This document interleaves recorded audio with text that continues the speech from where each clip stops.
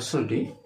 जड़े लोकर 2 वर्ष अंतर में 5टी पिला थिले एवं सेमानकर मोट बयस थिला 30 लोकटी और पिला 5 जनकर बयसर हाराहारी बयस 12 हेले तेबे कहार बयस केते तेबे आम प्रथमे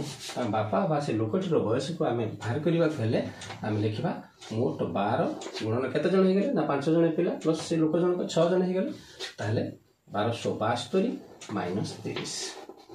72 रु 30 गला 42 ता लोक जनटर बयस केते 42 एवं